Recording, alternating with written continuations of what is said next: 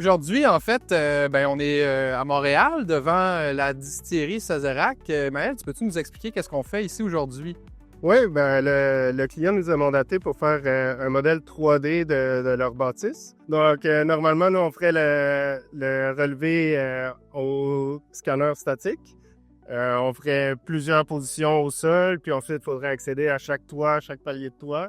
Donc, c'est sûr que ça prend beaucoup de temps, beaucoup de manpower pour faire ça. Donc, là, on a demandé à Drone Expert de nous conseiller pour les nouvelles technologies, surtout en photogrammétrie. C'est ça. Donc, aujourd'hui, pour les besoins, en fait, que l'équipe de Topo 3D nous ont parlé. Donc, déjà, Topo 3D, vous faites quand même déjà des vols de drones, mais on voulait avoir l'opportunité de tester la nouvelle technologie du côté du Matrice 4 Enterprise. Donc, le Matrice 4, c'est un appareil qui est beaucoup plus petit, donc beaucoup plus agile, puis qui arrive avec plusieurs nouvelles fonctionnalités qui permettent, en fait, de maximiser les résultats au niveau de modélisation de bâtiments comme celui-ci. Donc, on a plusieurs différents niveaux, des différents paliers de bâtiments. Puis on a plusieurs raccoins également plus complexes à aller relever avec un drone plus gros, comme par exemple un DJI Matrice 400. Donc, c'est pour ça qu'on choisit ce type d'appareil-là. Du côté de la technologie de DJI, on va avoir le Smart 3D Capture. Donc, la technologie, comment qu'elle fonctionne, c'est qu'en fait, en ce moment, on est en train de réaliser une ortho-image basse résolution qu'on va en fait intégrer directement à la manette, donc au software. Puis ce qui va se passer, c'est qu'en fait, le logiciel va utiliser ces images basse résolution-là pour nous générer un nuage de points. Donc, bien sûr, le nuage de points ne nous donnera pas grand-chose au niveau de livrable, mais ça va comprendre en fait tous les obstacles environnants à proximité du bâtiment. Donc, tout on voit ici, les rambardes, on voit les différentes échelles, les raccoins. Donc, tout ça, il va avoir des points en basse résolution, bien sûr, mais on va être capable de savoir que l'obstacle est là du côté du drone. Donc, après ça, la planification de mission va se faire beaucoup plus facilement et puis on va aller être capable de finalement suivre chacun des raccoins, chacun des murs indépendamment avec une distance qu'on va pouvoir déterminer qui peut aller aussi près que 1 mètre de la surface à relever, ce qui va nous permettre d'aller chercher une résolution ultra haute qualité puis un livrable de meilleure performance. Donc, on va voir dans les prochains instants quand on va avoir fini de faire notre premier vol préliminaire. Et puis, on va vous revenir avec les détails de comment on va s'y prendre pour réaliser le mandat. Donc, finalement, après avoir regardé la planification de mission préliminaire, on a choisi donc de faire voler le drone environ à 10 mètres de la façade du bâtiment. Vous pouvez voir le drone tranquillement s'en venir vers ici. Donc, le drone utilise justement la technique du Smart 3D Capture.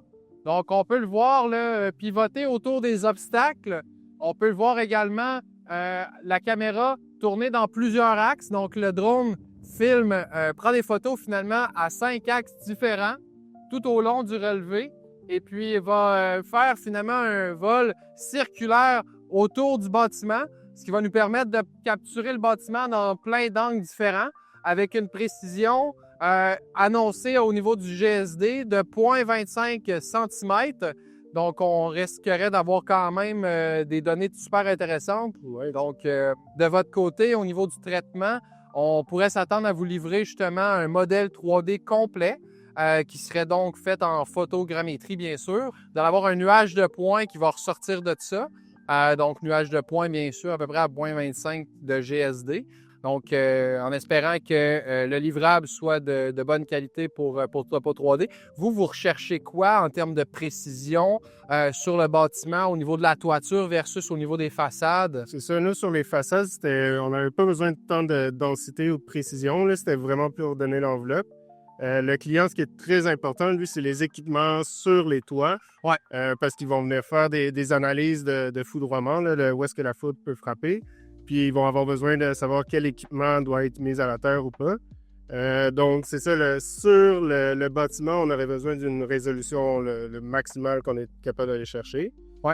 Mais comme on a planifié justement autour, on peut aller un peu plus vite. Il y a moins de besoin à cet endroit-là. Donc, j'ai hâte de voir comment ça va réagir face à tout ça. Donc, c'est sûr que la technologie a fait quand même un bond assez important dans les dernières années, notamment depuis la sortie du DJI Matrice 4. C'est sûr que, par contre, les raccoins, ça reste quand même compliqué. Donc, dans certains scénarios, on va devoir, pour être capable d'utiliser pleinement juste les images, finalement, du drone pour faire le livrable au complet, sans avoir de recours, par exemple, de technologies comme le laser, ce qu'on essaye d'éviter aujourd'hui. Le but, c'est de faire un projet où est-ce qu'on utilise le maximal le drone possible. Donc, on va aller finalement prendre des images manuelles dans des raccoins spécifiques qu'on va venir à jumeler finalement au reste du modèle. Bien sûr, l'équipement étant en RTK, donc présentement, on est en connexion N-Trip, en SmartNet, pour s'assurer d'avoir finalement être géoréférencé. Donc, c'est quand même important pour vous, là, dans le domaine de l'arpentage, d'être capable de superposer les plans. Exactement. On essaie toujours d'avoir des référentiels, spécialement si on a besoin de revenir plus tard. C'est ça. Dans le cas ici, ça va être une vue en plan, c'est plus du relatif, donc c'est moins important, mais juste à l'interne, pour nous, on aime ça toujours rester en géodésique afin de faciliter si on doit retravailler plus tard. Donc, on a très hâte de vous montrer le résultat au niveau du traitement, en espérant que ça soit à la hauteur des attentes, bien sûr, et puis qu'on puisse tester là, justement toutes les nouvelles fonctionnalités de DJI du côté du traitement là aussi. Oui. Donc, on est de retour au bureau après quelques jours donc pour faire le traitement. Donc, on va vous montrer le résultat du projet de la distillerie. Donc, bien sûr, je suis accompagné de Sébastien et Maël, Maël de chez Topo 3D. Donc, on va vous montrer premièrement le livrable que Sébastien a généré à l'aide du logiciel de DJI Terra. Donc, on se rappelle, on a utilisé la captation Smart Oblique, Smart 3D en fait, là, qui nous permet donc de faire une captation complète du bâtiment. Et donc, Sébastien, tu peux nous montrer le résultat dans DJI Terra. Ouais, en fait, donc ça a donné ça après plusieurs milliers d'images avec la fonction Smart 3D, comme tu as dit.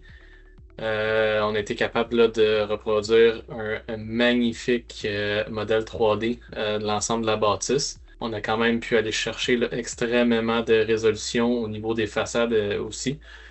Fait que ça, c'est vraiment intéressant. Donc, si je fais un petit tour rapide là, de la bâtisse. Ça, en fait, c'est le modèle 3D vraiment là, brut qu'on peut sortir dans DJI Terra si on veut. Après ça, Maël va nous montrer un peu là, avec quoi, comment est-ce qu'il a pu travailler avec ce modèle 3D-là pour faire ses propres plans à lui. Parfait. Puis, Sébastien, pour le projet, combien d'images on avait, en fond, à assembler? Là, j'y vais de mémoire, mais on était tout près de 10 000 images. Puis, je me souviens ça avait duré environ entre 1 heure et demie là, d'acquisition. Donc, Ouais. c'est quand même assez rapide là, pour couvrir un bâtiment de cette ampleur-là. Où est-ce Ouais. qu'il y a beaucoup de complexité, là. Si on l'avait fait avec des manières traditionnelles, on aurait probablement eu moins d'images, ce qui aurait été peut-être moins lourd à traiter. Par contre, le résultat aurait potentiellement pas été aussi impressionnant que celui-ci, là. Ben, de un, on n'aurait pas nécessairement eu la même résolution partout. Puis de deux, assurément là, qu'on aurait eu des trous dans les données à des endroits qui sont peut-être plus difficiles d'accès. Là, si je regarde en dessous des escaliers ici, c'est ça que le Smart 3D vient nous apporter, là, vraiment plus de visibilité au niveau de tous les trous puis les parties qui sont plus difficiles à aller chercher par rapport à une acquisition d'images générale, si on veut. Donc, maintenant, je suis curieux, Maël, que tu nous montres finalement, parce que bon, on l'a exporté finalement en nuage de points, puis toi, tu es capable finalement après ça de prendre le nuage de points puis d'intégrer ça dans des logiciels plus de type design, là, comme CAD, Exactement. j'imagine. Oui, Donc, là, pour ce projet-là, on a créé une maquette Revit. Comme on disait plus tôt, on n'avait pas besoin. Ici, ça, c'est le nuage de points que vous nous aviez livré, qu'on peut visualiser dans Recap. En fait, on prend le point LAS qu'on convertit en RCS, qui est le fichier natif de Recap. Recap, ce qui est bien, c'est que c'est vraiment c'est Autodesk, là, donc beaucoup de monde utilise la suite Autodesk, donc on peut prendre directement le nuage de points, l'amener dans nos DWG après pour travailler, ou dans Revit. Donc ici, on peut vraiment voir la définition, puis toute la précision des points. Comme ça vient de la photogrammétrie, il y a quelques petits accros sur les arêtes. Mais dans notre cas ici, c'était vraiment correct comme ça. Ensuite, nous, on est allé faire la maquette de la toiture, ici. Wow. Donc ça, c'est vraiment une maquette en 3 dimensions. Chaque élément est séparé. On peut allumer, fermer des pièces d'équipement, tout ça. Traditionnellement aussi, si les façades étaient nécessaires, on les aurait toutes modélisées. Pardon. Puis nous, c'était vraiment dans le but de faire une analyse de foudroiement. Dans le fond, ils voulaient savoir si quel élément de la toiture avait besoin d'une mise à la terre. Puis c'est ça, ici, on les a toutes modélisées. Puis donc, on est vraiment impressionné, puis on va chercher quand même la précision nécessaire. Donc c'est super intéressant de voir finalement le produit final. Souvent chez Drone Expert, on est plus au niveau du livrable nuage de points. Donc c'est super intéressant d'avoir un projet comme celui qu'on a fait ensemble, pouvoir partir d'une idée, de générer finalement notre livrable, notre portion en vous aidant là, à travers l'acquisition, puis de voir aussi le produit final que vous livrez à votre client. Donc, c'est un super beau projet. On est très content chez Drone Expert d'avoir pu travailler avec vous chez Tropo 3D pour ce projet-là. Donc, bien sûr, merci Maël de la collaboration qu'on a eue ensemble sur ce projet-là. Ça m'a fait plaisir. Je suis vraiment... chez Topo 3D, on est toujours content de découvrir les dernières avancées en lidar, en drone, en photogrammétrie. Là, fait que, ouais, nous aussi, on a bien apprécié l'expérience. Merci beaucoup.